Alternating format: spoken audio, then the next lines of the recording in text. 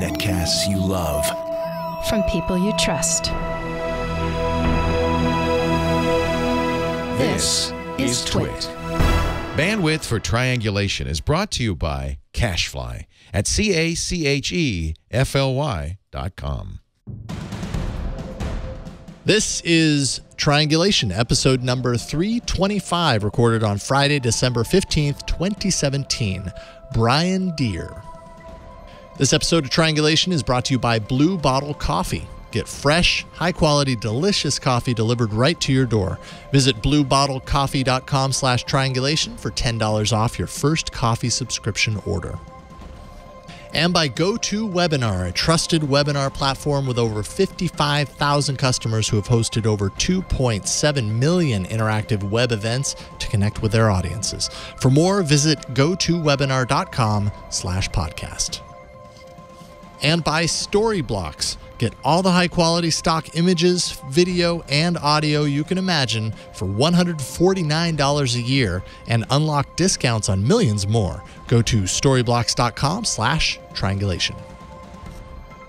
It's time for Triangulation. I'm Jason Howell, sitting here and getting ready to talk to an awesome guest. Triangulation, of course, is the show where we sit down with some of technology's most influential people, some people who are following the moments in technology history that are most important, whether we realize it or not. And I will fully admit, prior to researching for this interview, I was not very familiar with the Plato computer system. And that is why our guest, Brian Deere, is joining us today. He wrote this book, The Friendly Orange Glow. And the subtitle, or the subtext, The Untold Story of the Plato System and the Dawn of Cyberculture. Welcome to the show, Brian. It's really great to talk with you, especially because after studying for this interview and reading through the book, you really realize very quickly that this is obviously a love letter from your time with Plato over the years. Thank you for joining us. Thanks for having me. Absolutely. Yeah, it's funny you say love letter, because I several news articles that have come out over the last month have also said that. I didn't write the book that way, but it's funny how that's how it's come out. I can see that. I mean, this is basically the first book ever to really dive deep and explore a huge chunk of computer history, really popular computer history that should be like just as well known as Steve Jobs, Steve Wozniak, Bill Gates, and the rest of the cast of thousands that make up, the popular computer history pantheon, as it were. And yet this whole aspect of computing history has been just remaining unknown for many, many years. So my mission was to fix that and get Plato into the conversation, because it's an amazing story. The characters are, I think, just as interesting. The inventions and the discoveries and the innovation that they all accomplished over many years, really, really far back. I mean, we can get into this, but for example, Plato became a really amazing social environment at a time when the founders of Google were in diapers. Right. So I mean, it's that far back. I mean, Star Wars hadn't come out yet when Plato was booming, and so there's lots to talk about there.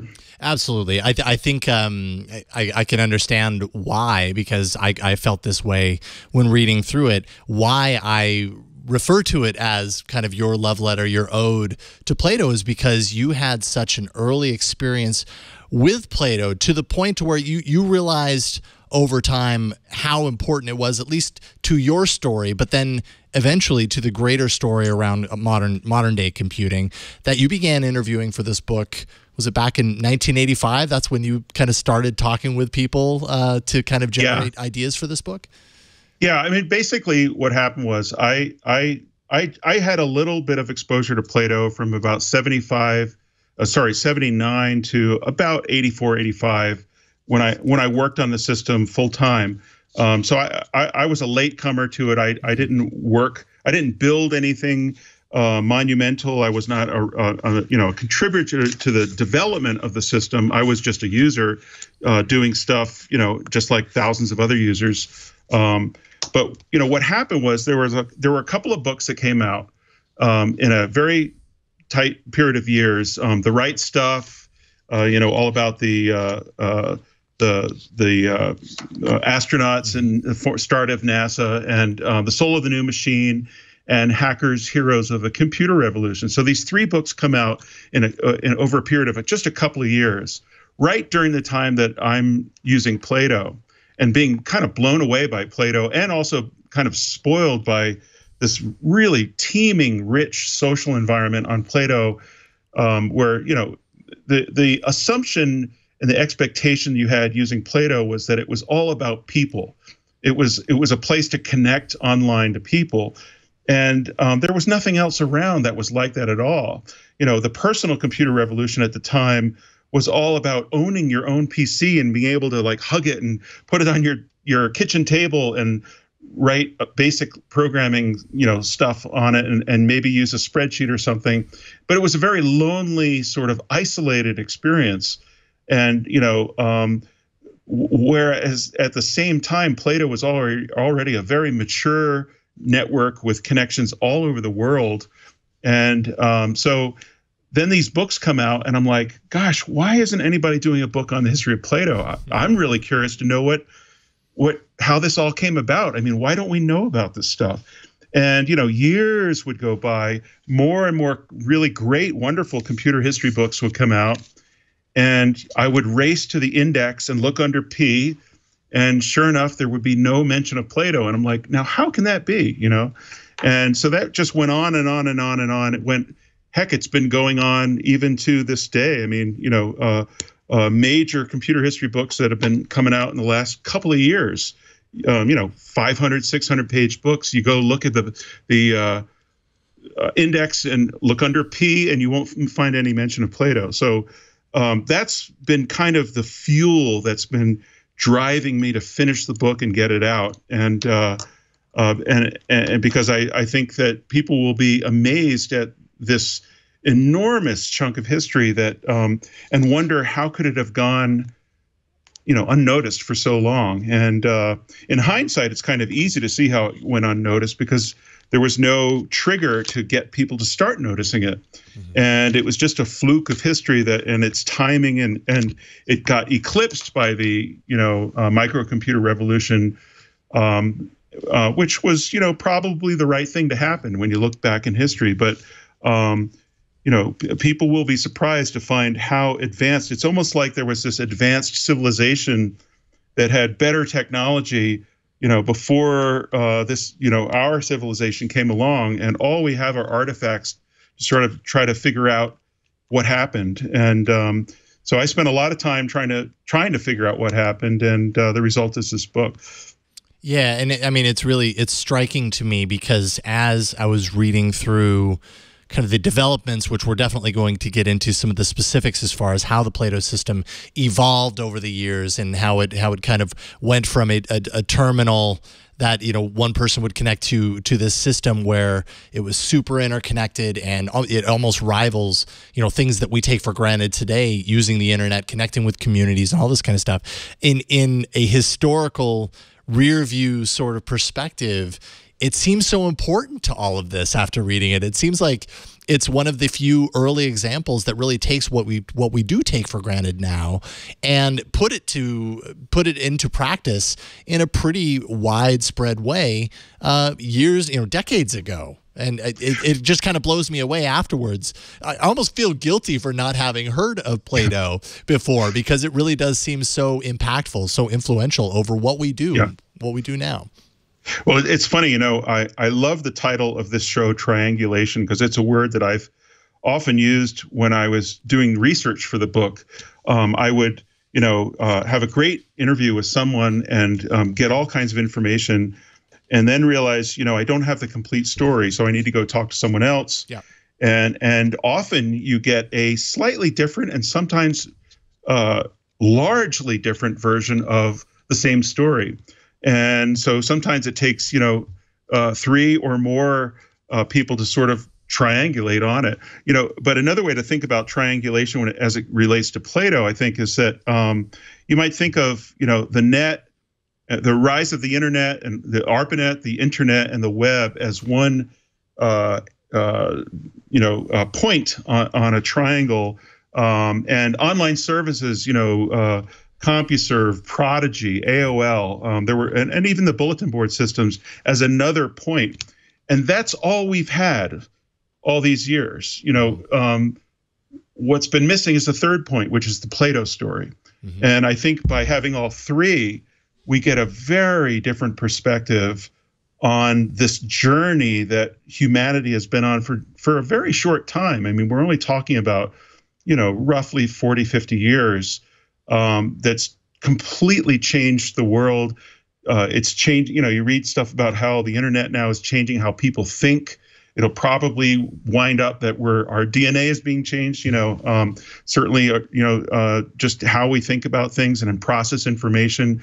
I don't think previous generations were ever exposed to the torrent of information that we get now. Not all good and not all reliable. And that's a new skill that we all have to develop to try to, filter out stuff. But I view Plato as one of the fundamental, points on this triangle of the history of the online or the networked community. You might think about it that way, and I think you would be really surprised to see how much of things had developed to an advanced state on Plato before the personal computers started. I often describe the situation as, with Plato, what you got was the rise of the interpersonal computer revolution before the personal computer revolution even started. And that's kind of heresy in the world of Silicon Valley, and there's even books that have just come out about the history of Silicon Valley that are wonderful, but I doubt you're going to hear about Plato in them, largely because Plato happened, over 1,000 miles to the east out in the cornfields of Illinois. But what they pulled off in Illinois is really remarkable. I mean, and particularly because it was mostly all the social stuff that we're talking about, the everything from chat rooms, instant messaging, message forums, multiplayer games with graphics, screen sharing, an online newspaper that was crowdsourced even in 1974. A lot of this was, almost all of these social things came about as what you would call apps today, developed by teenagers who were just kids in the surrounding area around the University of Illinois, mostly from high schools.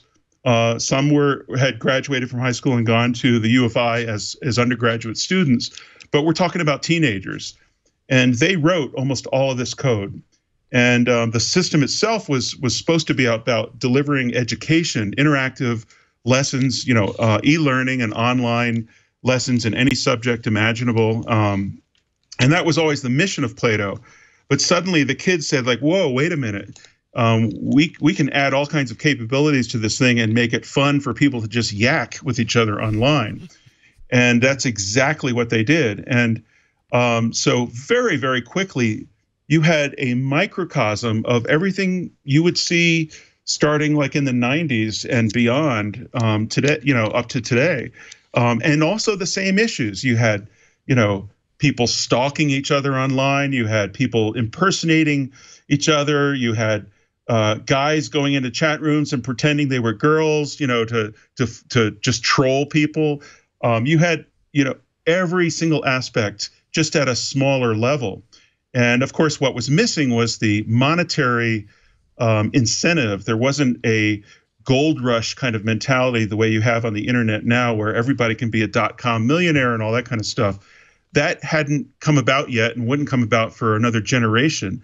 So you didn't have spam, you didn't have advertising, but you did have pure connection between people. And that was a real thrill to people who knew about the system. If you didn't know about the system, and you encountered someone who had used Plato, they would be like these bright-eyed, I have seen the future. Why aren't you coming on board with me kind of folks? And it made for some very interesting conversations, and especially at dinner, like around the family dinner table, that sort of thing, because most people, the whole idea of, hey, I chatted with people in Hawaii today. Most people would say like, gosh, that must have cost a fortune for the long distance phone call. And you're like, no, this was an online chat, and they would not understand. So all of these fundamental things that we take for granted today were just going right over the heads, of most people in the 70s and well into the 80s. Wow. Well, so we're gonna dive in a little bit after this break. We're gonna dive into kind of the beginnings of Plato, kind of the earlier history prior to the point that you're talking about, where the kind of the high schoolers got involved and it kind of started to transform from purely an educational tool into all of these other things. But first, we need to thank the sponsor of today's episode, and that is Blue Bottle Coffee. I actually drank some Blue Bottle Coffee earlier today, and I'll tell you what, this is some good coffee. You probably already know this, but the days are getting shorter. Weather's finally cooling off. I think we're firmly in the cooled off category at this point. Nothing complements a crisp December day quite like a cup of coffee. It's a really nice way to start your cool mornings. But not just any coffee. You want a great coffee. You want a fantastic coffee. I'm talking about coffee that's like so delicious, so flavorful, that you're going to then realize how not so delicious and not so flavorful the coffee you've been drinking is. And of course, I'm talking about Blue Bottle Coffee. Like I said earlier today, we're recording a show and we were all drinking some of Blue Bottle's coffee and loving it, absolutely loving it. This is the Ethiopia Hambela Estate Buku blend. You see it's shipped in a little individual serve box. It arrives right to your door to keep it fresh. And that's kind of the point about Blue Bottle Coffee is, often I know in my history with coffee, I buy a huge bag of it and then I'd grind it all. And then it would sit in my cabinet for weeks on end as I scoop after scoop after scoop over time. Well, that's not the freshest coffee in the world, right? I grinded it weeks ago and I'm still drinking from it. That's not the best coffee experience. But Blue Bottle makes sure that you get that awesome coffee experience. They have an insane dedication to coffee, and it really shows in the quality of their coffee and how they go about getting it to you. They source only the most delicious and sustainable coffee on the planet. They work with growers all over the world. 85% of their coffee that Blue Bottle buys is certified organic, and most of their blends are certified organic. They take freshness seriously. You place your order online. Your beans are roasted within 48 hours and then shipped right to your door. No pause there, no breaks. They arrive at your home at peak freshness, no sitting on a dusty shelf for weeks, which is what I used to do with my coffee. And you never have to worry about flavor because Blue Bottle has something for everyone's taste. From a lighter, fruit-forward profile to deep, chocolatey espressos, they also happen to offer their Nightlight decaf blend. I've had plenty of coffee in my day. In fact, I have plenty of coffee every single day, and Blue Bottle is so fresh, so delicious. It's an amazing cup of coffee, and you really have to try it for yourself to truly understand. Hurry to bluebottlecoffee.com/triangulation, and you'll get $10 off your first coffee subscription order. And while you're there, make sure to check out their digital holiday store. It's not too late. Blue Bottle Coffee makes a great gift. Maybe a stocking, but maybe not for the kids. This is like a grown-up stocking. That's bluebottlecoffee.com/triangulation. And we thank Blue Bottle Coffee for their support of Triangulation. So the first, you split your book up into three kind of main movements, and it's very appropriate. The first third of the book, around that much anyways, is really focused on the beginnings of Plato. What exactly is happening? And I guess this is like the late 50s, early 60s when Plato is first being developed. What's happening in the world that leads to this movement? And is there anything else kind of comparable to it at this point in this particular application setting? Well, I mean, the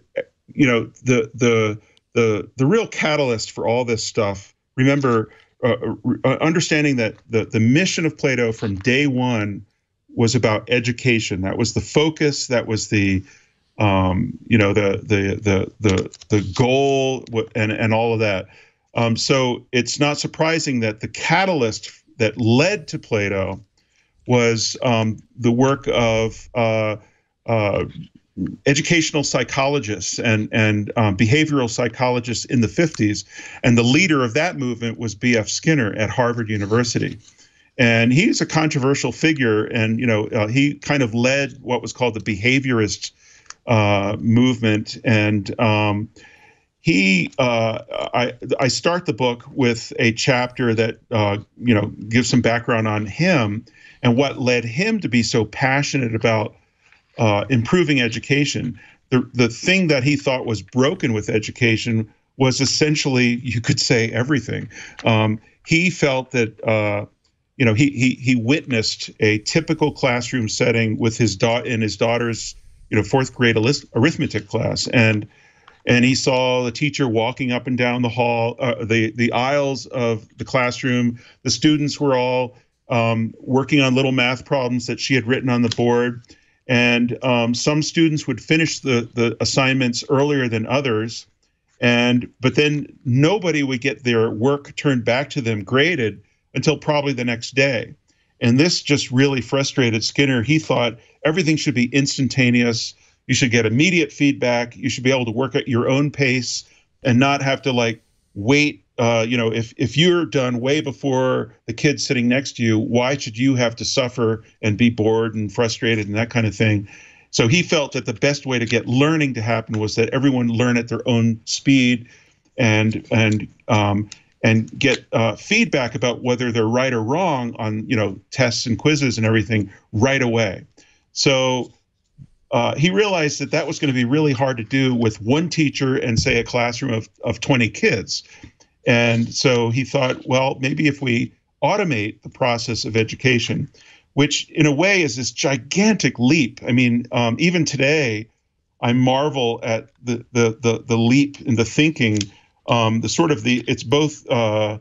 It's just bold ambition and probably some arrogance and perhaps a little ignorance about the learning process and everything. But he was a total believer in what he was doing. So he built a contraption called a teaching machine, which is, when you look at it now, it looks so primitive. It's basically a wooden box with a bunch of gears and pulleys and the equivalent of punched paper inside that's kind of like torn out of a miniature player piano or something, a real Rube Goldberg device, and with a tiny little hole on it, that where inside it might say 3 + 2 =, and then you would move some sliders to indicate what the answer was, and then you'd go kerching, like a slot machine, and find out whether you got the answer right or not. And you wouldn't be allowed to move forward to the next question until you got the right answer. So it was kind of, this is where the behaviorist stuff comes in, where you're kind of, in a way, forced to figure out the right answer before you can move on and that sort of thing. And then the reward for moving on is the right answer. Well, it was really obvious that this kind of approach was interesting, and the field of psychology and the fields of education exploded with interest all during the 1950s. You go back and you can find all kinds of articles about this stuff, even in widespread mainstream magazines like the Saturday Evening Post and stuff like that. So it was really talked about. It was both controversial but fascinating to everybody in the bold new future of the late 50s. Technology taking over. But then, as things kept going, it was pretty obvious that this was not going to scale, and that the creation of the material was so painstaking, and the grading of it and checking of the final scrolls of paper was so primitive that it was just agonizing. And a different group of people, computer science and hardware engineers and all that, realized that they could automate all this stuff in software on a computer and eliminate a lot of those hassles and problems and that sort of thing. And so that was starting to be an idea. And around the same time, the Soviets launched Sputnik, which created in 1957, late 57, so 60 years ago. That created a huge furor in the United States about whether we are falling behind the Soviets in terms of science and math and engineering, what we might call STEM today. And that led very quickly to the creation of ARPA, the Advanced Research Projects Agency of the Department of Defense, and NASA, and also lots and lots of money to fund improvements to education. And so there was all this money flowing around at the very time that teaching machines and that thinking was exploding. So those two factors came together, and then with the introduction and the sort of becoming widespread, starting to be widespread availability, at least in universities and companies, of early computers. They were big mainframes and that kind of thing. You had a perfect storm. And Plato arrived in 1960, right at the cusp of all of this stuff coming together.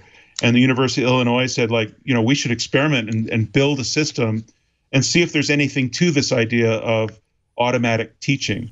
Again, sort of the leap just kept going, this leap that you have to make mentally, that, a box with some circuits in it and disk drives or whatever is going to be as patient and as interesting and as, empathetic and, mentoring and caring as a living human teacher.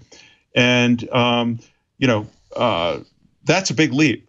And yet they went for it. And so the whole part one of the book is about this development of Plato out of the Skinner stuff, and being engineering driven, and by electrical engineers and that kind of thing. They were not tied to what you'd say today as they were sort of agnostic when it came to all this stuff about behaviorism and all that. They felt that, we don't particularly care how you teach. We just want to build a box, a machine, a system that lets, students learn however is best for them to learn, and lets teachers teach however they think is best for them to teach. We'll just build a really flexible platform that's, has as many tools as needed to let people create chemistry lessons and simulations and, arithmetic and math and French and Latin and, any subject matter imaginable from K through 12 all the way up into university level stuff. And so that's the whole first 10 years of Plato were all about that. Then the tools got so sophisticated that by the early 70s, Plato had scaled from a tiny little system to now being running on a supercomputer, a genuine, control data cyber computer. And I always find it kind of funny that we talk about cyberspace and cyber culture and everything. Well, the Plato system ran on a machine called a cyber. So, it's just kind of a funny twist of history there.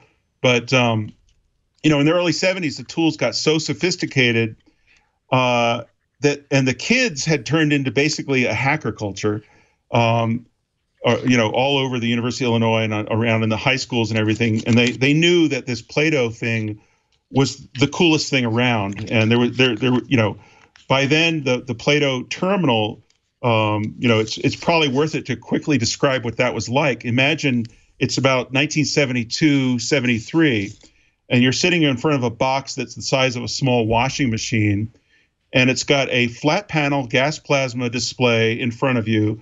It's monochrome, so all the pixels are orange on black, and yet it can do graphics, it can do multiple text fonts, it can do, animations, and it even has a little drawer or a door at the top that you can open up and slide in a microfiche slide thing that has 256 photographic images on it that you might have prepared for a lesson. And, say if it's on veterinary medicine, there's a photo there. Gives you a good idea of, so add to all that, you could reach out and touch the screen. It was touch sensitive. And, Plato was really probably the first large scale rollout into the world of touchscreens. There were experiments and ideas floating around going back years, but Plato was really the first major project that incorporated touch right into the system. How early on? Sorry to interject. How early on did this kind of interface change happen? Because I know very early on with Plato 1, there really was no screen. It was just like buttons. It was like an evolution of the Rube Goldberg machine that you were talking about. But very quickly from 60 to 63, now you're at Plato 3. There's a lot of changes in a short, condensed period of time. At what point does it start to resemble kind of the computers that we're used to seeing today? Well, in a way, there is a clear line of evolution. They called the earliest version of Plato Roman numeral 1, just to indicate that this is version 1. And what that really was a proof of concept that was developed in the summer of 1960.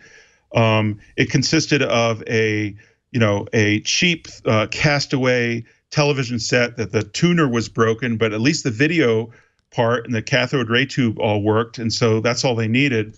Then they built a little tiny box that had 16 buttons on it, and that served as the primitive keyboard. And then they plugged it into the ELIAC computer, which was this gigantic vintage. It was already like 8 years old. It took up an entire room. It was like an iron beast that weighed thousands of pounds, full of thousands of vacuum tubes, and had very little memory. One iPhone is probably the equivalent of like 1 billion ELIACs in terms of memory and processing speed. But, so that's where they got their start. And they realized, that was going to get a proof of concept, but it was not going to scale. And it's funny, how you hear when you talk to startups today, or even for the last 25 years, everything is about scale. If you're going to be successful, you got to build a system, build a proof of concept, get it out on the web, and scale really fast and get millions and millions of customers. Or, for example, the venture capitalists, they don't even want to talk to you. And you're not considered real until you've passed your first 100 million users, I guess, nowadays. But, so this desire, this need to get to scale was even present on Plato in 1960. They were thinking that, Plato 1 is very nice and everything, but we need to be able to serve thousands of students in order for this thing to become economically viable. So very quickly, they created Plato 2, which they created 2 terminals with television screens connected to the ELIAC. They made the keyboard a little nicer, and it started resembling a more, still boxy, but a more, you'd say, yeah, that's a keyboard. Mm-hmm. And they also created time sharing. And what's interesting is the history books all talk about MIT getting the credit for inventing time sharing. I'd say 2 things. There were lots and lots of labs and companies thinking about time sharing going back into the late 50s. But the Plato 2 implementation of time sharing beat out MIT by a few weeks or months. And the University of Illinois didn't know how to file patents for computer stuff very quickly, and it took like a year for them to get around to doing a patent on it. And by that time, MIT had already gotten the patent. So that's probably why the history books say that. But it is interesting that there was already a race going on for stuff like time sharing, where you get multiple users to use the processing power and the storage of a single server, what you might call today. Right.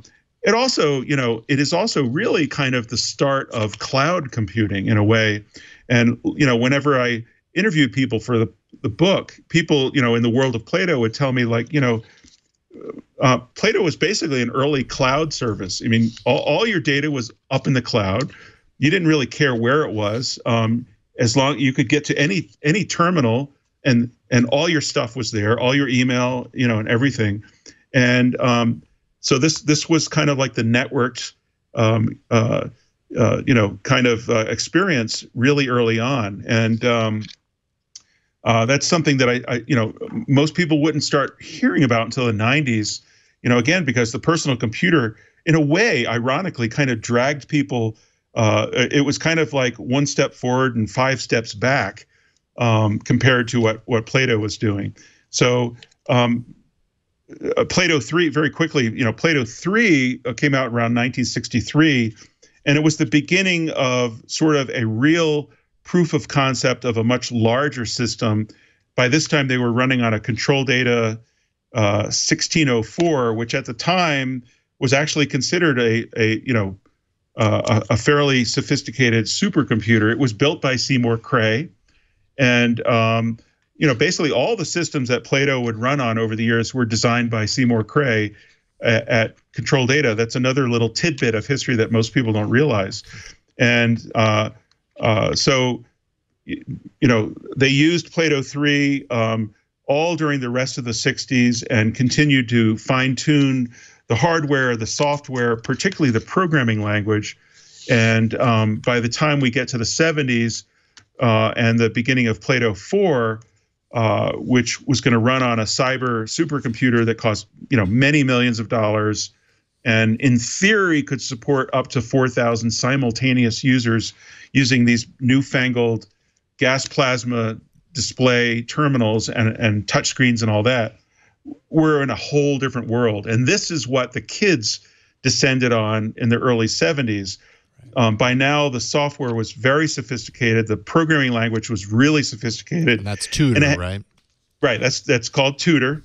And the funny thing is, it didn't take long at all to discover that there were capabilities in the Tutor language that made it a piece of cake to write an app that would talk to another terminal, and that meant that you could have one user talk to another user, and why stop there? So then they realized that you could have 30 people yakking together or playing a game together, and so practically overnight, starting in 1973, you saw this transformation of the system led by the new invaders. I call them the new wave of kids that came on and just added all this capability, both to the embarrassment and also the fascination of the adult supervision at the laboratory.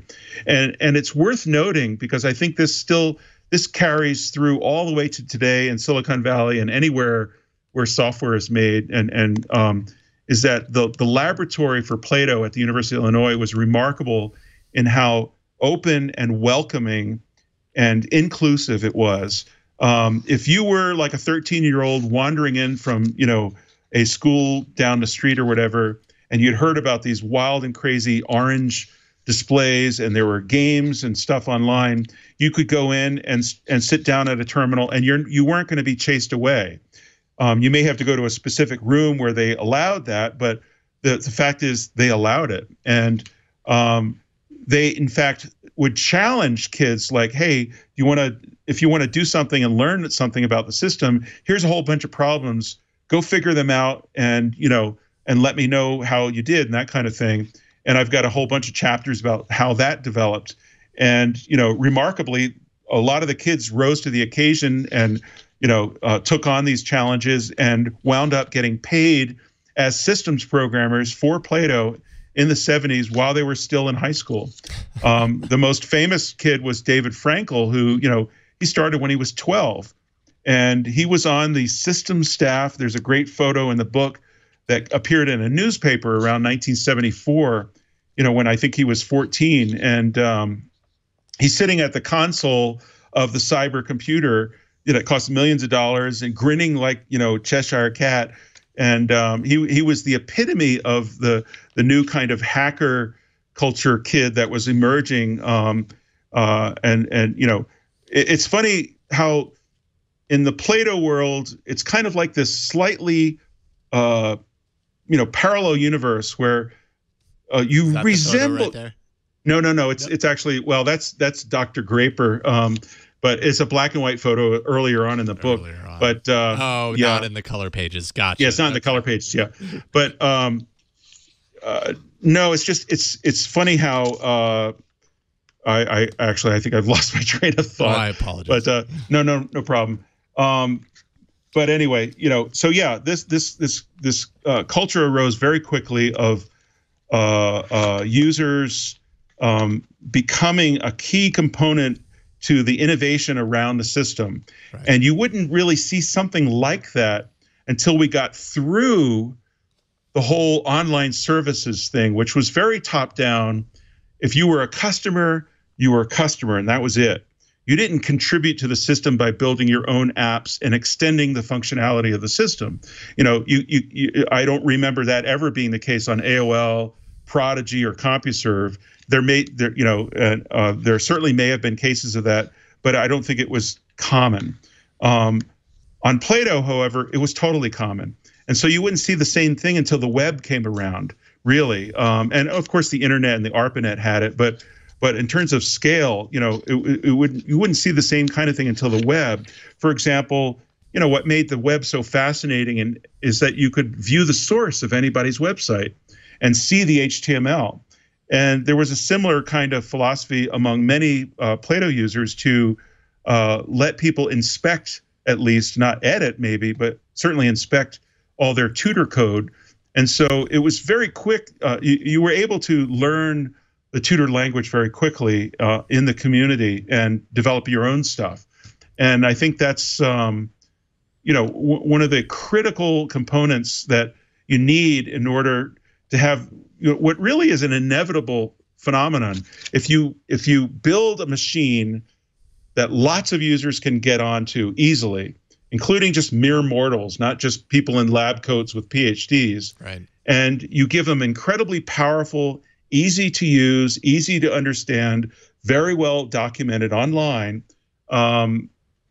programming capabilities, and you let them kind of run amok on the system and build stuff, they will do it. And what you wind up with is a thriving online community where everyone is innovating, being incredibly creative, finding new ways to express themselves, perhaps develop a persona online that's not unlike anything, or not like anything that they are like in real life. And you saw that a lot on Plato, and we see the same thing today.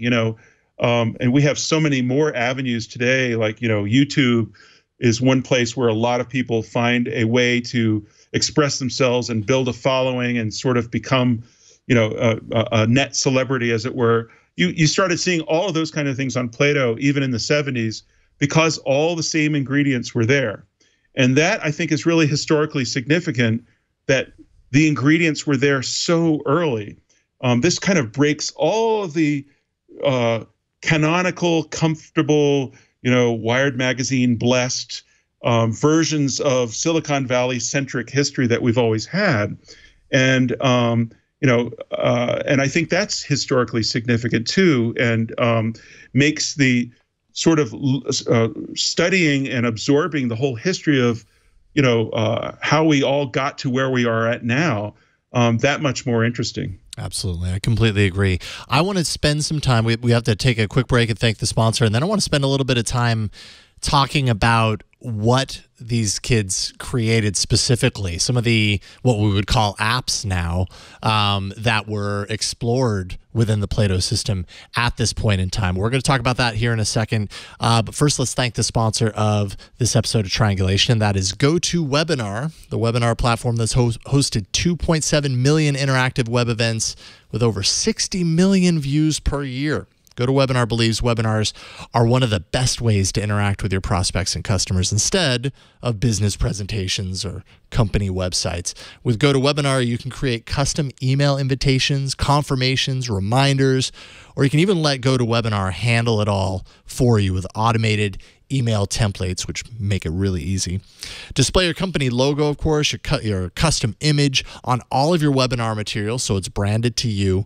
You can create and schedule pre-recorded webinars that are as interactive as live events. So it really pulls people in, whether they're watching live or whether they happen to be watching something that was pre-recorded.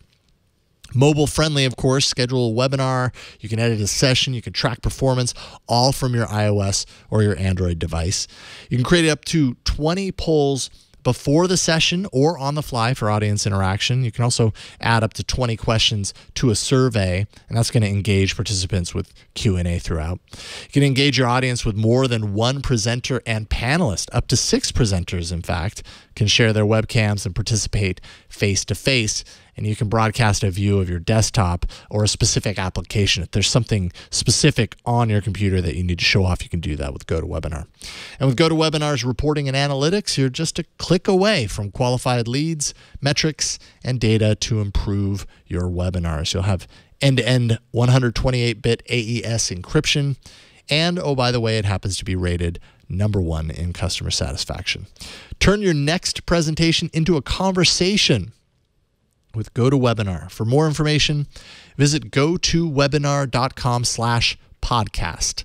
That's gotowebinar.com/podcast. And we thank GoToWebinar for their support of Triangulation. So you talked a lot about kind of how the Plato universe was, at least in the 70s, really kind of exploded because all of these kids kind of got in there, started experimenting. I mean, it's very analogous to what we have now, where people are creating cool things not only for themselves, but because they think it's cool and they want to share it with each other. So it's almost like everybody's lifting everybody else up, all contributing to the same very neat, very different thing.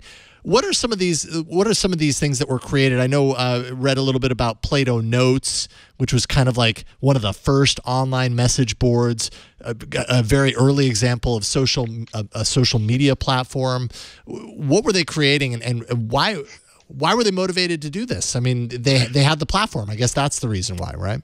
It's kind of like, why do you climb Mount Everest? Yeah. Because it's there and because you can. Yeah. And I think the same kind of reasoning. It was a challenge to see if they could do it. Yeah. It was a thrill to see that they did do it, and it was even more of a thrill to see that other people were thrilled that this now existed on the system. And then take that and multiply it, by hundreds or thousands, because every day on the system something new or a whole batch of new things would be announced and released. And so you had the sense on Plato, and I've heard this from many people who were kind of addicted to the system in the 70s, that it of this accelerated digital life that we're all completely used to now. Yeah. I don't think we're coping well with it even today. And I'm not sure people were coping well with it back then. I mean, that's just one of the things that happens. There's just simply too much information, too much novelty, too many distractions and that kind of thing. But nevertheless, why stop? I mean, if you had a chance to do something cool and maybe even build upon the thing that someone else built last week, then go for it, and I see an analogy with what would happen later with the web, and particularly with the app ecosystem of smartphones, particularly the iPhone, since they kind of launched that whole thing in 2007, 2008, where, it was possible for you, a mere mortal, a total nobody in a garage or, programming on your computer in a bedroom or something, to develop an app and get it out there, and people would enjoy it and use it, the thrill that you would get from that. And in a way, it goes back to Skinner. It's like, you got immediate feedback. You would know right away whether your program that you had written was considered useful or fun or productive or whatever it was. I mean, not everything was games. People built all kinds of really useful tools and utilities and all kinds of things. And but the other interesting to mention to this is that I've always felt that services like Facebook probably would never have come about if we hadn't gone through MySpace and Friendster before that. Because in a way, Facebook is a reaction to the inadequacies, or at least perceived inadequacies, of all the social services that came before it, right? And you could even say that Google probably wouldn't have been needed Larry and Sergey probably would not have felt that they needed to build it if, InfoSeek and Lycos and Alta Vista and all the other early search engines of the 90s did everything they wanted and were as capable and impressive as Google became later. So in a way, you see this pattern over and over again in tech innovation of building on the work that has come in the past, trying to out-innovate, as it were, make smarter, faster, cheaper, better, whatever, the capabilities, the applications that went before. But on Plato, when you look at, like you mentioned, Plato Notes, there was no precursor to that. Not at least that its author, Dave Woolley, who at the time was 17, would have known about. He was a high school kid. He was about to enter freshman year, I believe, at the U of I, and he got this assignment, over the summer to write essentially a full-fledged message board system, for the staff and for the community of Plato to start using. And he went and designed it pretty much on his own. So that is the starting point. And what's interesting is there's another famous conferencing system that's actually a lot more famous in some ways than Plato Notes, that called The Well, that is still around, but had books written about it, and is in all the computer history books. And that was actually took a lot of as its inspiration, at least in the underlying software, from Plato Notes. I'm not even sure the Well creators are aware of that, but the software that they picked to run the Well was heavily influenced by the design of Plato Notes that Dave Woolley had written in 1973. And so, it's interesting that the Plato online community really got going in 1973, which was a full dozen years before the Well would open up its doors to customers. And yet the history books often cite the Well as one of the very first real online communities. So this is an example of the kind of, I guess you could say, disruption that the Plato story is going to cause to our cherished, history books and timelines. It, in a way, I think I've always suspected that Silicon Valley has kind of resisted getting the story of Plato out because it's so disruptive and messes about with all of their timelines and mythologies that they've built up over the years, that we wind up having to rethink the whole history of computing. And I don't think that's necessarily a bad thing. I think if we've made lots of new discoveries, then let's synthesize them and learn from them, and hopefully all of these lessons and activities and innovations that have gone on in the past will help guide us as we go on in the future. I'll add one final thought regarding that, is that all during the years that I was doing the research for this book, I talked to over 1,000 Plato people in interviews and in emails, including emails, many thousands actually. And one of the patterns you heard over and over again is this been there, done that kind of feeling that, they had already experienced all this stuff. And, it's just remarkable how predictive the Plato story was as the 80s and the 90s and and into the 2000s we were going, because all of these issues, all of these controversies, like for example, cyber censorship. I've got a story in one chapter called Impeachment in the book that talks about the fact that the Nixon administration, the White House, threatened to shut down Plato and the ARPANET because they discovered that there was a discussion online about can we impeach the president and that kind of thing. This was all going on during Watergate. And so, the White House was furious and said, "Why are we funding these systems that are trying to undo us?" And they threatened to, discount all the funding and shut the systems down. And imagine if that had happened, But it was certainly a threat. I mean, and it came straight from the White House, and that is a story that I don't think has been really covered before. And it's we hear the same sorts of things today now, with television news networks, or this reporter should be fired because of so and so because they happen to say something, and so that whole notion of the government and executive power from elected officials perhaps going a little bit overboard and threatening arguably free speech online goes way back. And there are many cases where you could kind of predict you're going to see all this as the net started exploding and the web and Facebook and all that.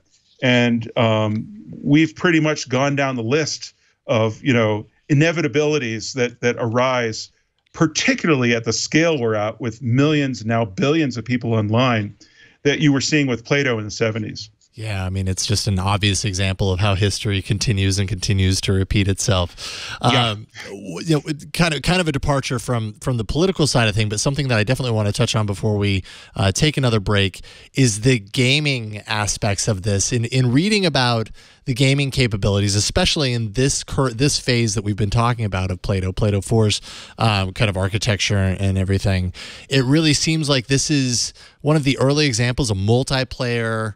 You talk a lot about dungeon style games and everything. It really reminded me, like, I don't have experience obviously with Plato as a system, but I do have experience in the 80s with bulletin board systems and going to those sites and doing playing door games, and a lot of similar overlap here between the two things. So, I mean, it's pretty obvious to me that Plato kind of paved the path for those types of games. What was that like back then? How monumental did that seem at the time? Well, it was hugely addictive for sure. I mean, the stories you hear over and over and over again. I mean, hundreds, thousands of high school kids and particularly college undergraduates would get absorbed up into these games and wreck their. Ironically, here's a system that was built for education. And yet, for many students, it would be their academic undoing, because you'd have literally students doing all-nighters, sometimes multiple consecutive all-nighters, breaking into buildings, picking locks on doors. There's even one anecdote in the book about that I couldn't believe when I heard somebody tell me this story, that they were so determined to stay in this really cool, nice, quiet little Plato classroom in some obscure building that they had found terminals in, and then they discovered that one of the walls behind the terminals was removable, probably so you could access cables and stuff. Well, they would remove the wall and go hide behind it, and then just they'd take food and drinks and stuff, and they might wait hours for the janitorial staff to come in and, do their stuff, clean the place, lock the place, turn the lights off, and then they would climb out like cockroaches and hang out playing Plato all weekend. And this kind of pattern reproduced itself all over the place. So let's talk a little bit about what these games were like. They started out pretty primitive. There was a real viral phase of what was called big board games. And what the big board was this idea that you would go to a page and you'd look at a screen, and on the screen you'd see a list of everybody that wants to play with someone else. So it was like a list of ready, waiting players, available gamers. And you'd pick somebody on the list, and then you would challenge them, hey, let's go play. And the two of you would go off, and then you would be marked on the list as being actively in a game. And, and then so another person comes along and sees more people waiting to play, and you'd pick someone else and that kind of thing. So it was very social. But it was, and once you were in the game, it was typically, one spaceship against another, or a tank against another, and you'd be firing at the other and that kind of thing. And of course, the goal was to shoot the other person down or to blow them up, and that kind of thing. And there were a variety of those kind of battle games. Then people started discovering, like, well, if you can just look at a list of people online, and then, instead of selecting somebody to play a game with, why can't I just select somebody to chat with? And in fact, why do we have to limit it to 2 people? And that caused a lot of thinking, and one of the consequences of that very quickly was a program called Talkomatic, which, as far as I can tell, is the world's first real, genuine, multi-channel, chat room application where, and they used the word channel, and I think it was pretty much inspired by CB radio channels, Breaker 19 or whatever, and that kind of thing. Because, in the 70s, CB radio was all the rage, right? Yeah. So, that's what they did. They based it on that. But, and then they developed private channels and that kind of thing. So that's how kind of, the whole chat and the social side of things developed quickly. Meanwhile, the big board games started, there were so many of them, and they every day some high school kid would come out with another one. And so people started getting tired of them, in the sense that, surely there's more we could do with this. And why can we only have 2 players in the game? And so very quickly you started seeing real, genuine multiplayer games that were much more sophisticated. And, it was kind of like a light bulb going off. People realized, well, we can create anything, literally. It could be, sports games. It could be action games. It could be card games, a poker game, 21, all that kind of stuff. And sure enough, you started seeing all that. Then, this was also the era of Dungeons and Dragons, which, as a book and a board game, had come out, in the early 70s. And of course, college campuses and high school kids knew all about it. They were all familiar with it. And of course, people also knew all about the Lord of the Rings and that kind of stuff. So, the whole notion of Dungeons and Dragons and orcs and all that kind of stuff was pretty common. And people started building games that used that kind of setting. And given that Plato could do graphics, the types of dungeon games you saw, even at the very earliest, were graphical. And while the bandwidth was pretty slow, it meant that you couldn't have really fancy graphics. But there was even, I argue in the book, an advantage to that. Today we are completely spoiled by incredibly rich, hyper photorealistic, beyond reality kind of immersive games, first person shooters and dungeon games and all the rest. And what's missing from them is there is essentially no imagination required whatsoever. And so you don't engage that part of your head. And on Plato, you were forced to fully engage your imagination because of the limitations of the graphics.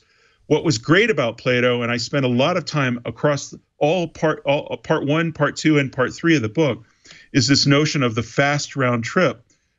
Going back to the whole notion that Skinner had of immediate feedback, Plato had always been built with this notion that if I press a key on the keyboard, I should get a response instantly. And, by instantly, technically speaking, we're talking about basically under a quarter of a second. Anything slower than that, you would notice, and it would feel like what today in gaming we call latency or lag. And that was not acceptable. And so you had that critical ingredient for highly responsive games. And furthermore, the keyboard was independent of the display.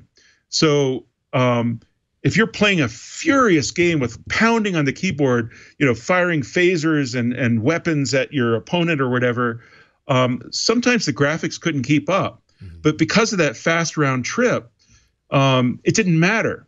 It was very much like when Star Wars, the first one, came out. You had to trust in the Force. It was almost like, don't even look at the screen, Luke. Just like close your eyes and aim your missile and fire. And that was often the best way to survive on Plato in a Plato game. And a couple of the most famous games, one is Empire, which is heavily influenced by Star Trek. It was a space war combat game where there were 4 different teams, the Romulans, the Klingons, the Orions, and the Federation. And, it was always kind of a joke if you were on the Federation team, because that meant you were kind of like a Star Trekkie, newbie or something, oh boy, somebody gets to play Captain Kirk. The cool kids were all Klingons and Orions and Romulans. So the Romulans had the reputation of being slow clunker spaceships because they had the most powerful weapons, but they were the slowest ships. And that was one of the interesting design evolutions that was happening even early on Plato games. And that is that the designers of these games, who were all gamers themselves, were starting to really think about how to make the game more challenging. And, you may add a capability, but at the cost of removing some other capability.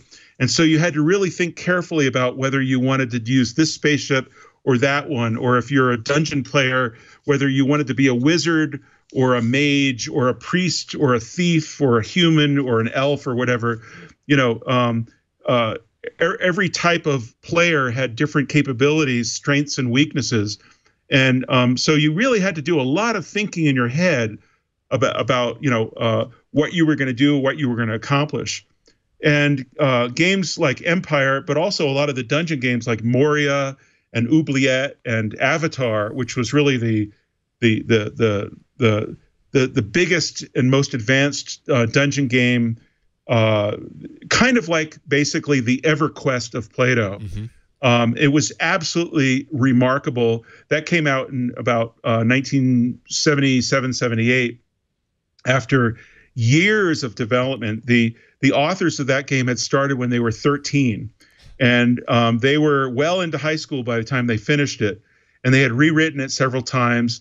It had gotten so large and sophisticated. You could argue that it was kind of the Facebook of Plato dungeon games, compared if all the other games were like the Friendster and the MySpaces. You had to go through those phases. And the designers of Avatar looked at everything that had gone on before and said, okay, we'll absorb all those ideas, and then we're going to explode this 1,000 times even bigger and crazier and richer. The dungeon will be deeper and larger and all that kind of stuff. And so Avatar, in a way, was its own online service. I mean, it had its own system operators who, had to manage all the data and the users and all that stuff while the system was running on Plato. And this is one of the interesting things about the Plato games. They were so sophisticated that they were, in most cases, the most complex applications written on Plato, even, usually vastly surpassing the capabilities and sophistication and thinking and complex programming of the educational stuff, including the simulations in chemistry or whatever. Nothing would rival, Avatar or Empire in terms of their sophistication and how much CPU, they used. That was a constant problem on a time-shared system. But yeah, so what evolved was basically early examples of pretty much every kind of game that is commonplace today. And with the big board stuff, a lot of Plato people, I remember talking to them in the 90s, they were chuckling when in the first .com boom of the late 1990s, you started seeing big board game startups that were, there was 10, the TEN, the Total Entertainment Network, I think it was called. I may be wrong about that. I'm spacing on the name, but there were a couple of these things. And nowadays we've got Steam, right, and stuff like that that has hundreds of millions of users, where you go and you find a game to play and that kind of thing. But it's kind of become like a portal to all kinds of gaming activity. So you see parallels. In the dungeon world, there is a clear line of Plato thinking and design thinking that would influence everything, starting from Castle Wolfenstein, which was developed by a Plato programmer. Oh, interesting. Because that's really what that's part of what's kind of been top of mind for me, like in here and kind of looking into some of these examples. Oh yeah, well, that was written by Silas Warner, who had been one of the early contributors to Empire and had written a bunch of other games too. He also wrote Robot War, which was popular on the Apple II, and that had started on Plato as well. So a lot of this thinking started on Plato, and then the gaming authors often very quickly realized we could replicate these things on these new things called Apple IIs. And then when the IBM PC came out, it's like, gosh, people are buying these things by the millions. We could replicate a lot of these games on those things too. And so, one of the most famous personal computer games of the 80s that has a direct, connection to Plato is Wizardry. Oh, and yes. all of the Wizardry games are basically come from two Plato students at Cornell University who had, lived and breathed in Avatar and Oubliette and Moria and Empire and all those games, and realized that a lot of this could be replicated on a personal computer. You may not be able to have the social side of things, but the thrill of the game and the gameplay was pretty much the same. And with Wizardry, you were basically playing against the computer, but you would simulate other players and that kind of thing. So it didn't feel completely isolated. And then as the years went on and we got networks and modems, and as you mentioned, door apps and games on bulletin board systems, and then of course with the web, everything really exploded. All the social stuff came back in a huge crashing wave that Plato people had seen and developed and gotten to a mature state a generation earlier. So yeah, I mean, a lot of, one of the things I was fascinated to discover is a game called Future War. And it was written by this guy it was a student at the time in the 70s. And it was a first-person shooter. It was graphics-based, and it is eerily similar to Doom, that wouldn't come out until the early 90s, And Doom has a lot of its heritage going back to Wolfenstein 3D, which of course was a response to the inadequacies of Castle Wolfenstein, Absolutely. Which was developed by a Plato person. So you see this over and over and over again. You see Plato DNA popping up, and there was an idea that I guess is common now. In fact, there's huge conferences and even academic fields about computer games and studying game theory and game design and that kind of thing. And one of the key aspects of a lot of these games is the idea, the notion of a boss, either a boss item or a boss monster, which is basically the ultimate challenge near the end of the game, and you have to get the boss item, which could be some really powerful thing or a huge pile of gold or something. But in order to get that, you first have to defeat the boss monster. And if you remember in Doom, there was this gigantic creature, that you had to face at the end of the game, and that's how you won and that kind of thing. Well, that whole notion of bosses emerged on all the dungeon games on Plato. They didn't call them that, and I never heard that phrase used until I started studying on the history of personal computer games and realized, gosh, that's what they were doing on Plato, and they didn't even know it. And this is often, again, something that you see when you study the history of Plato, is that you've got this parallel culture. I often describe it as a digital Galapagos, where it's very protected, it's off on its own. They develop their own sort of dialect and ways of approaching things. It's all basically recognizable to all of us, but it's slightly, tilted. It's a little bit different. For example, Plato had emoticons and emoji, as soon as Plato 4 came out. And it was not something that was created intentionally. It was an accident.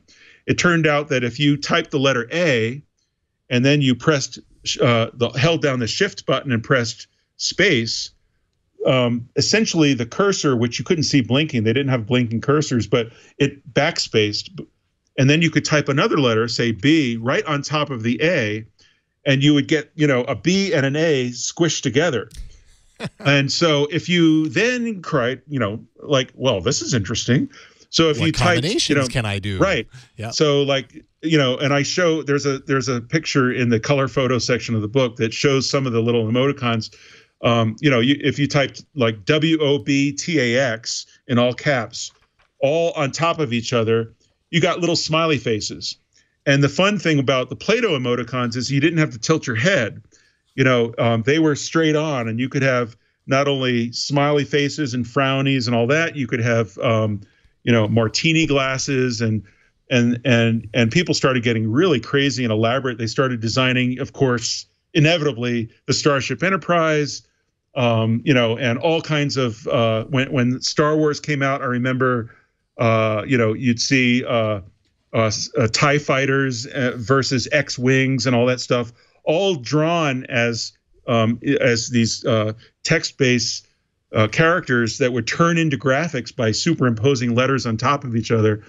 People would spend hours and days and all-nighters trying to figure out, how to do this. It was, again, another way to be creative and expressive on Plato. Even if it was accidental.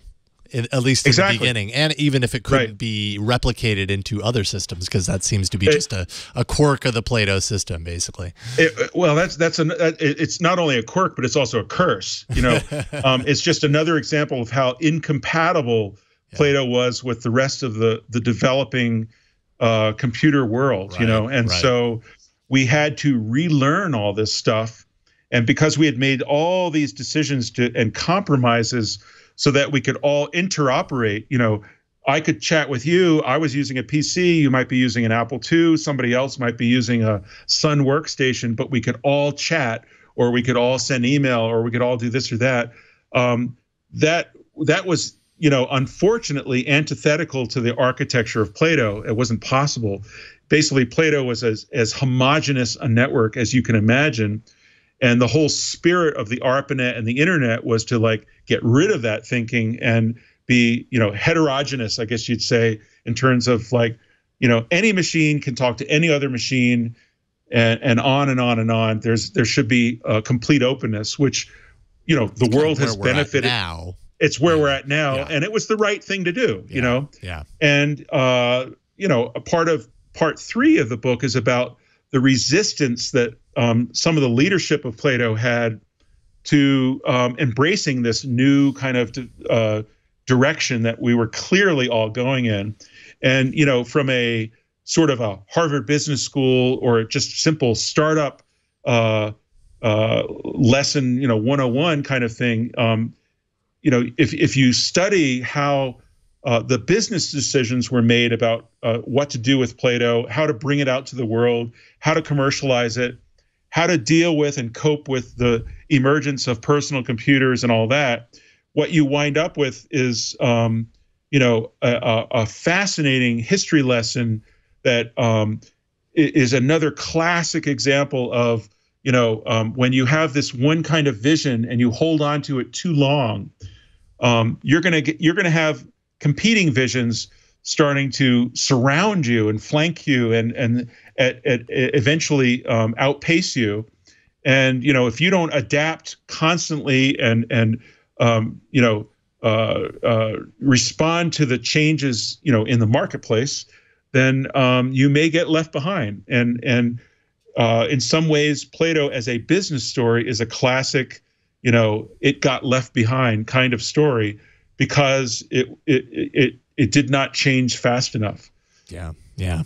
Wow. This is, it's so fascinating. And I love the density of the information in the book. That's what makes it even more compelling. We're going to take a very quick break and then come back. And I have a question for you about kind of like the software evolution of this, because everybody can kind of get on board and check this out if they want to. All right. We're going to wrap things up with Brian here in a second. But before we do, I want to thank the sponsor of today's episode of Triangulation. That is Storyblocks. Storyblocks is actually your one-stop shop for all of your stock media needs. And by the way, at a great value. We use Storyblocks here at Twit. We've brought in pieces of media. I know on All About Android, our TD and producer Victor has brought in Storyblocks material and really kind of helped create media pieces for some of our shows. You get all sorts of high quality stock images, video, and audio. Get all of it, as much as you can imagine. Storyblocks is a true industry disruptor. It's the first and only subscription-based stock media company that offers unlimited downloads of member library content for a modest annual fee of $149. Download all the stock that your heart desires from their member library. That includes 400,000 images, 150,000 videos, and 100,000 audio clips. And you'll save on millions of additional Marketplace images. Marketplace offers digital assets a la carte, with prices as low as $3.99 for full usage rights of images and $49 for video. Artists, by the way, take home 100% of the sale price. All content is royalty-free, so you can use it for commercial and personal projects. New content, of course, added regularly, so there's always something fresh to download, something new to find within the collection. Their content has been used by some of the world's largest companies that you've heard of, including NBC, National Geographic, Travel Channel, and Discovery Channel, just to name a few. Go to storyblocks.com/triangulation to get all the stock images, video, and audio you can imagine for $149 a year. That's storyblocks.com/triangulation to download anything from thousands of images, videos, and tracks and unlock discounts on millions more. And we thank Storyblocks for their support of Triangulation. So I noticed in 2004 there was a software emulation that anyone could load up. I think at the time, am I reading Desktop Cyber or cyber1.org? Yeah, there's a website called cyber1.org, and it's CYBER and then the number 1.org, which a bunch of Plato veterans built very lovingly, kind of as a labor of love. And remarkably, they were able to secure rights from the University of Illinois and also a lot of rights from the sort of descendants of Control Data Corporation that had owned a lot of the Plato stuff for thousands of hours of lessons and games that were on Plato. So if you want to see exactly what Plato looked like, it's all there. And what's funny is the number of people that are discovering Cyber One has dramatically increased ever since the book came out, which is great. And so people are starting to discover all this stuff, and it's all available for Mac and Windows users. There may be some other emulation, terminal emulation stuff. That's all available for free. You just register to get an account on the system, and it's all run by volunteers, and they do take donations, and it's a really worthy cause, and they've done an absolutely remarkable job to maintain the history of Plato in a living, breathing system. And what's even more remarkable is if you go to a place like the Living Computer Museum in Seattle, they have vintage Plato 4 terminals and Plato 5 terminals, which you showed a picture of earlier with the gas plasma display and the wooden sides. They have them live and working and plugged into Cyber One at the museum. And when I visited there last month, it was just amazing to see a kid who was probably like 8 or 9 years old just wander up to the keyboard and start trying out some demos. And I was thinking, like, boy, does that ring a bell? Yeah, I was right there where he was, so many years ago going, what in the world is this thing and why is it orange, Yep. And then you discover all these games and it's like, wow. And it's got a touch screen, bye mom, that kind of thing. Especially now in today's, modern computing world, we take many things for granted, but definitely touch screens for granted. For a kid in today's mentality to walk up to technology that is 40, 50 years old and take what seems so modern with the touchscreen technology now and to see that actually worked back then too, that's remarkable. Well, what amazed me is when I interviewed the creators of the Plato touchscreen, they were a pretty brilliant bunch, and they thought it through pretty far, pretty advanced, way more advanced than what they could actually build at the time. For example, they were thinking about multi-touch, which is what we take for granted today with thanks to Apple and everything. I can even admit once in a while I'll be reading a physical hardcover book, and I'll take my hand, and go like that to zoom in on the page because it's like, what did that just say? Or I want to look at the picture a little bit more. We've gotten so used to multi-touch. Yeah. And they were thinking about multi-touch and all that even back, in the early 70s, like 1971. The problem is that it required too much processing in the box to then be sent over the phone line or a serial connection back to the cyber and then do something with it.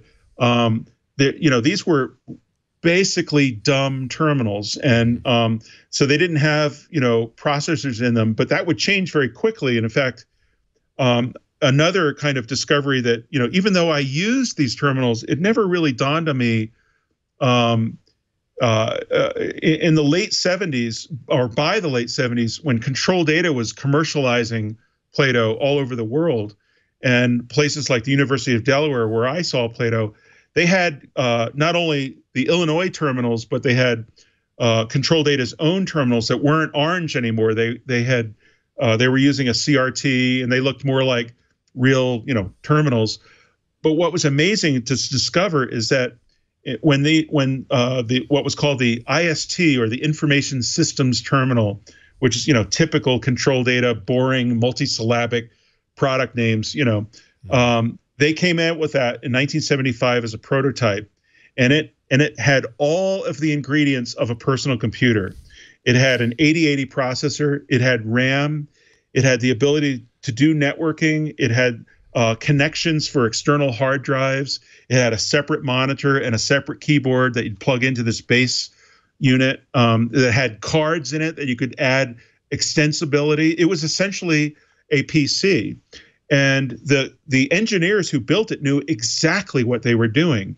In fact, the manufacturing cost of it was only something like $1,300, which is incredible. They did it deliberately because they wanted this to get out to the world by the thousands and by the millions. And Control Data, of course, is going, the management is like, well, why sell this for like, maybe $1,500 when we can sell it for $8,000? So done, we're selling it for $8,000.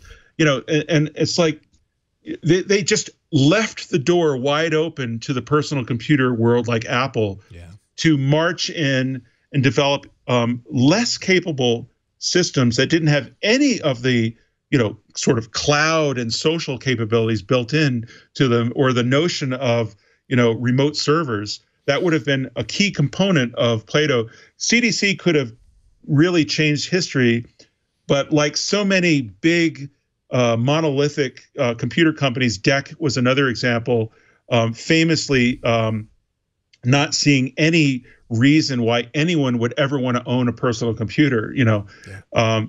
It's just, and we're always going through this phase. I find it fascinating. I'm sure even Facebook, even Google, even Apple, the companies that we consider at the forefront of technology, are in many ways, big old companies now. Microsoft I'd add to that list, and they've been around for decades. And at some point, the notion of what's possible and what what is disruptive changes, and it requires, some kids in a garage, 16-year-old girl in a brilliant prodigy developing some brand new interface that we have never even thought of. And I'm sure we're going to see all of that, in the next few years. I really look forward to it, actually. I think it's going to be fun to see the next generation of applications on the net that hopefully are not VR. I'm not a huge fan of that, but we may have to go through that phase in order to get past it. Right. But Well, I love it. I love the evolution of all this, and if it isn't abundantly clear, especially, after reading through the book and also after talking with you, you were the right author to write the history that prior to this didn't exist, or rather was very difficult to find. Well, it's funny. I was definitely a reluctant author. I mean, the reason I did this, as I described before, was to get this out into the world. Yeah. Because I think it's worth knowing about, and hopefully still worth studying. If when it comes to Apple or Xerox PARC or Microsoft or Google or Facebook, there are enough books on each of those things to fill a whole shelf. Sure. And this is the very first, but I hope not the last book on Plato. I think if things develop the way I hope they will, this will prompt and inspire and catalyze others to go like, well, you don't spend enough time on X, Y, Z. Let's go explore that and interview those people more and that kind of thing. And I encourage that and hope that we see, in another 10, 15 years, lots more books and videos and documentaries or whatever makes the most sense, about the history of Plato. Yeah. The other reason I did this book, and why I describe myself as kind of a reluctant author in this regard is because I just wanted to curl up in a chair and read the history of Plato because I knew it would be really cool. And I waited and waited for someone else to do it. And I just kind of got tired of that and figured, well, I've been interviewing for a while. I should just finish this, and of course, it took a wee bit longer than I expected. But, I think the results are pretty interesting, and I hope people enjoy it. Absolutely. I would completely agree. Brian Deere is the author of The Friendly Orange Glow. You can pick this up now. Brian, I really appreciate you taking time to talk with us today and to kind of share your insight, your knowledge, and obviously your passion on Plato. This has been a great conversation. Thank you. Well, thanks for having me. Absolutely, and best of luck with everything. FriendlyOrangeGlow.com if people want to go onto the web and find more information about the book. Of course, I'm sure you can go right to Amazon, do the search, Barnes & Noble, all the places that you're going to find books. You're going to find The Friendly Orange Glow. We do Triangulation every Friday around 3 p.m. Pacific, 6 p.m. Eastern. We talk with smart folks like Brian Deere here every single week, and we have a lot of fun doing it. You can tune in live if you want to check it out while we record it live. You go to twit.tv/live and you can watch us during the live recording. But if you happen to miss that, don't worry, this is a podcast. That's, after all, what we do here. twit.tv/TRI, and you'll find all the information, all of the past shows, all of the fantastic interviews that we've done here with Triangulation over the years. Big thanks to our producer and technical director today, Carson Bondi, and everyone in the studio who helped out setting up for this interview today. My name is Jason Howell. I appreciate having the opportunity to do this, so thanks for letting me sit in this seat once again and chat with some pretty awesome people week after week. We'll see you next week on another episode of Triangulation. Bye, everyone.